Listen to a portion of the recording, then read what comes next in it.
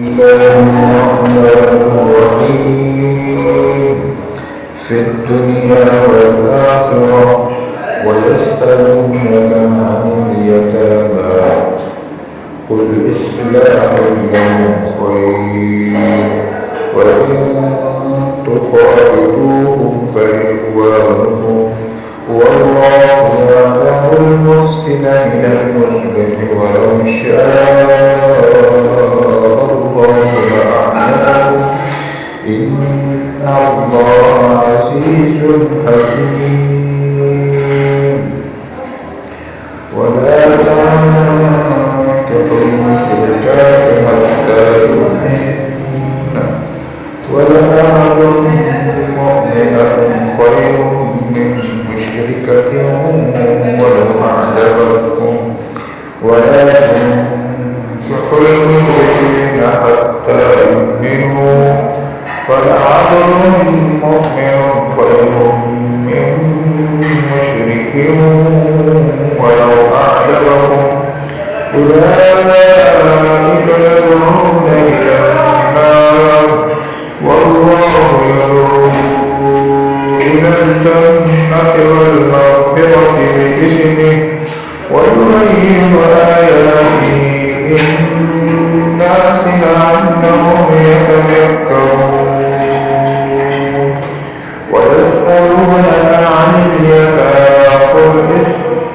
ويسألونك عن اليتامى قل هو أذى فاعتزلوا النساء في المحيض ولا تقربوهن حتى يطهرن فإذا تطهرن فأتوهن من حيث أمركم الله إن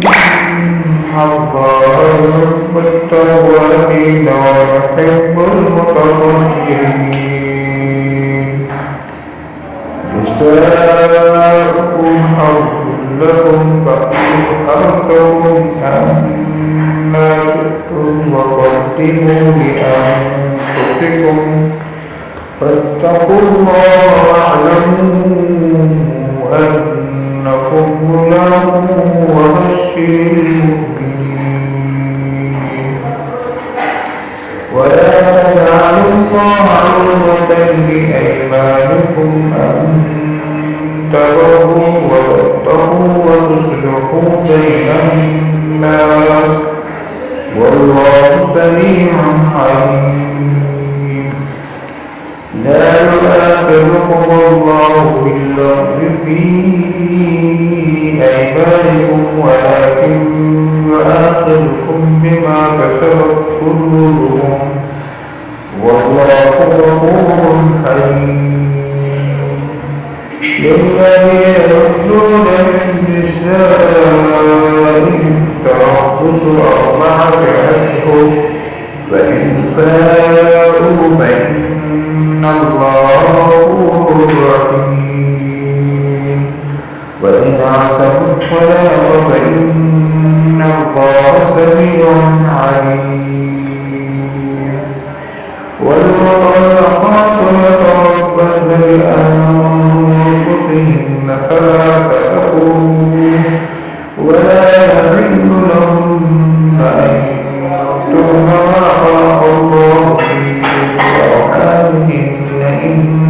كن يؤمن بالله واليوم الآخر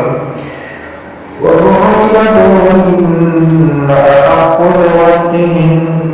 في ذلك إن أرادوا إصلاحا ولهن مثل الذي عليهن بالمعروف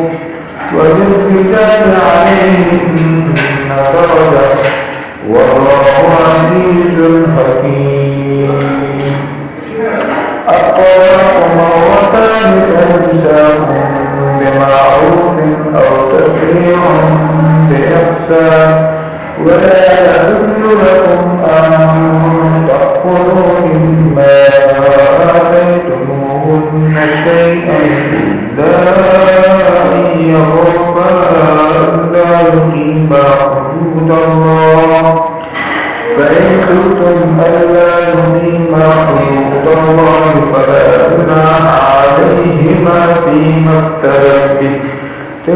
حدود الله فلا تعتدوها ومن يتعد حدود الله فأولئك هم الظالمون فإن طلقها فلا تحل له من بعد حتى تنكح زوجا غيره فإن طلقها فلا جناح عليهما أن يتراجعا إن ظنا أن يقيما حدود الله وتلك حدود الله يبينها لقوم يعلمون وإذا طلقتم النساء فبلغن أجلهن فأمسكوهن بمعروف أو سرحوهن بمعروف ولا تمسكوهن بمعروف تعتدوا ومن يفعل ذلك فقد ظلم نفسه ولا تتخذوا آيات الله هزوا واذكروا نعمة الله عليكم وما أنزل عليكم من الكتاب والحكمة يعظكم به واتقوا الله واعلموا أن الله بكل شيء عليم وإذا طلقتم النساء فبلغن أجلهن فلا تعضلوهن أن يعتدن إذا تراضوا بينهم بالمعروف ذلك يوعظ به من